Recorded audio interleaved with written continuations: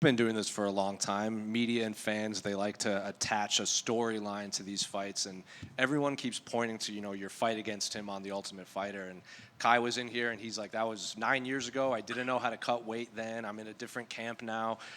But he did admit, when we fought, you were the number one seed. He always kind of assumed you would be fighting for the title in the future. When you fought Kai all those years ago, did you see him making it all the way to the UFC title fight? He's so good, he have this crazy power in his hand. He can knock out all the humans in the universal, and that's a special gift he have. God give to him a special gift, give you a lot of power in his hands. He have a very good takedown defense, and high level fighter. I like to say I have the opportunity to fight with the best fighters of the world. I fight with a real Mexican Moreno. I fight with a Brandon Rival. I fight with a guy from Australia. Now I fight with a Japanese samurai, and now I have a Maori warrior. That's super cool, brother. I have this opportunity to fight with someone like so far from Brazil, and I really appreciate that. And you have that in my division, You have all the countries. That's the real championship world, You have all the countries in my division. If you see the top 10, you don't see like a 2-3 countries of the same place. You have a guy from Africa, you have a guy from Asia, you have a guy from Brazil, America do Norte. I really appreciate everything, man. The media like to latch on to those storylines, and like you said, it was 9 years ago, but when you fought him back then, did you think he would reach this level? Did you see him as a future UFC champion when you fought all the way back on The Ultimate Fighter? Well, he was the number one pick. Yeah. The number one seed. And me on that Ultimate Fighter Season 24, I was the only one to get a knockout on that show. And when I got that knockout on my first fight, that's when I fought Pantoja, the number one guy. So I knew that, this guy's going to be around for years, and there's no surprise that he became a world champion. He's so well-rounded, but his biggest strength is he's so tough and durable. He doesn't mind getting hit, he loves it. And when you think he's tired and you think you can get him out, he goes even harder and ends up hurting you. So we're prepared very well for Pantoja. Already fighting him once before. It was a 2-round fight. It's only an exhibition fight. You can't really compare that 9 years ago to now. So I'm excited. I wasn't training out of City Kickboxing back then either. I was training out of Thailand. And then after that fight, after the Ultimate Fighter, that's when I went back to my hometown in Aotearoa, New Zealand, and started training under Eugene. So I feel like that's all the difference. Definitely did what I needed to when I was in Thailand, and got me to a certain level. But when I came back home, that's when you saw the evolution of my game. Is it true you guys were messaging each other to figure this fight out? After I fight with Sakura, he sent me a message in Instagram, and he say, I'm the next, yeah, Pantoja. And I say, I hope so, brother. Kai Kara-France is a real good guy, he's super humble. It's like and I say to him, he look more dangerous right now because he have a family. When I fight with him the first time, he don't have family, he don't have kids. And right now he have a kids, he have a family.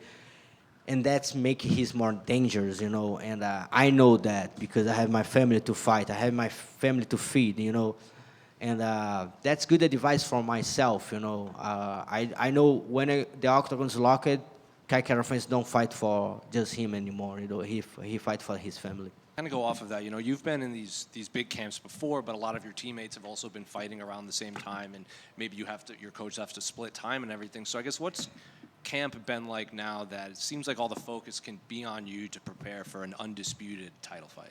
Yeah, that's what I talked about with the commentators. It's been awesome being selfish and having all this attention from my coaches and my teammates because they can get the best out of me. There's nowhere to hide. I'm the person in the middle. I'm the guy getting ready for this title fight. So, I've got a great team at City Kickboxing. So much love for my coaches and my teammates that push me daily. And I've just helped myself since the start of this year, just grinding.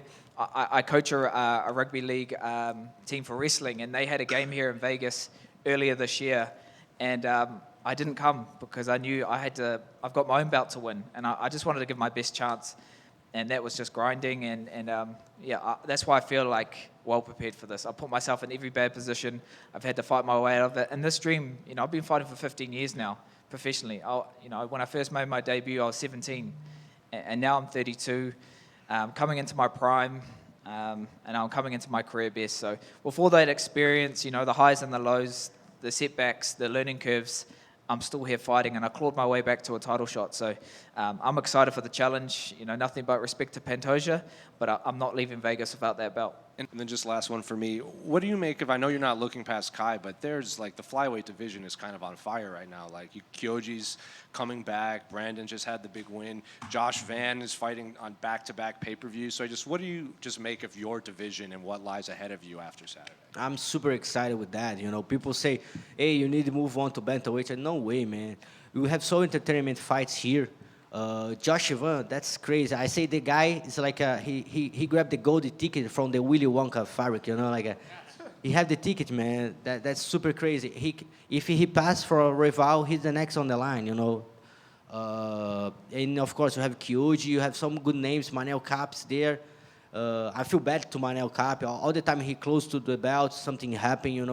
I know he's a very good fighter. He has a lot of skills. I hope fight with him in the future because he's good. I want to fight with the best guys of the world. That's why what I like it. And that's it, man. Flyweight. And that last year, 2024, I think it's the best year for flyweight. And people start to appreciate much more that division. Now you can say 10 names, 50 names from the flyweight division. And that's so nice. I'm the champ of that, and I can appreciate all that. All the fights I see from my division, guys call my name, and I give the hope for everybody because I don't like to look cocky and say that, but I'm clean my division, man. I fight with everybody before they get the belt. And now everybody think he have a chance to fight, Everybody have hope. Hey, maybe I'm next. Maybe I fight with the guy number top 10, Sagi. The guys bring me Asakura. Now you have Kaikara France. Now Josh Van coming, Kyoji Riguchi. That's super nice. Thank you. Alex, over here. In another interview, I heard you say something, I think the phrase was like you sometimes watch your own work when you're fighting. Like you'll land a big shot and you might... I was going to say, like, what exactly did you mean by that? But also, like, Pantoja seems like a guy you can't do that to because even if you land flush, he's probably going to keep coming forward. So I guess what's it like preparing for someone like that? Yeah, when I said that, it's just I believe in my power, my knockout power so much that, sometimes when I fight guys, it only takes one or two shots and you've found that kill shot. But Pantoja, I know you're going to have to land at least 10 to 20 kill shots to get him out, and we're prepared for that. We're ready for the fire. I'm not taking a back step. I want to meet him in the middle, and I want to showcase all my skills and let him know that, yeah, you can't hurt me. I'm right in the middle, and I'm going to stay in his face. So even if he wants to get me to the ground, I've got the best takedown defense in this flyweight division. I've shown it time and time again against these grapplers, these wrestlers, these Klingons. The fans want to see knockouts, so that's what I deliver. I was wondering, with bringing in the UFC, bringing in Kyoji Horiguchi, it feels like, Pantoja's beaten so many guys, we want to make an effort to bring in more flyweights for him. But is it awkward? Because obviously he's also an American top team guy. Have you guys talked about this at the gym? Kyoji helped me to get this belt. If I don't have Kyoji Horiguchi, I don't know if I can go to this high level, Kyoji me push every day, man. If I have a bad day, Kyoji gonna beat me in the gym, And I really appreciate have a guy like him. And I really hold this belt and wait Kyoji Horiguchi, because when I train with him in the gym, I not can hurt him, but in the octagon, when it's real, I'm gonna hurt him so bad. Just over here. This will be Pantoja's fourth title defense. How do you think you compare to some of the contenders that he's fought before? Yeah, so stylistically, it's a great matchup. He's tough. He's going to come forward, and I think he's going to be stubborn where he's going to strike. He's not just going to try and go for a takedown and get me to the ground. He's that kind of fighter. He's going to get even and, I guess, prove a point. And I love that about him. But it's going to get him hurt, and he's going to walk into a kill shot. And yeah, I'm just ready for a fight. I'm ready for a dog fight for 5 rounds, and wherever this fight goes, yeah, I welcome it. And he's never been finished. You say you want to take his head off. What kind of openings have you seen? When he gets tired, that's openings when I see him getting a bit sloppy, maybe hands get dropped a little bit, and just yeah, whenever the fight is going through those scrambles and those in between exchanges, I want to capitalize on it. But yeah, I'm just ready for the challenge, and you know, I've got 12 knockouts on my record. You know, he's calling me the Mike Tyson of the flyweight division. I'm the first Kai Kara France of the flyweight division, so that's the name I'm living up to.